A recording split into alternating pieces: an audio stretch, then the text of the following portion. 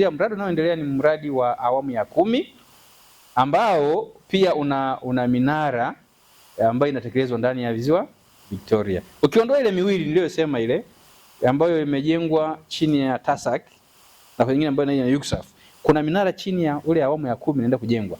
Na huu ni mradi ambao tulisaini na watu wa huduma mwezi Disemba 2025 kwa maana mwaka uliopita, na ni mradi unatengenezwa kwa muda wa miezi 15.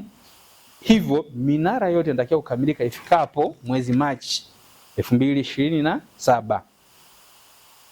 Kwa hiyo minara yote ambayo inajengwa kwenye huu mradi hii ambayo iko kwenye Ziwa Victoria, na kuna mingine ambayo sasa hivi tumetangaza mradi wa awamu ya 11 huko kwenye hatua za ununuzi. Of course tayari watu wa huduma wameshapelekewa ile tenda, wameshaijaza na mchakato wa ununuzi unaendelea.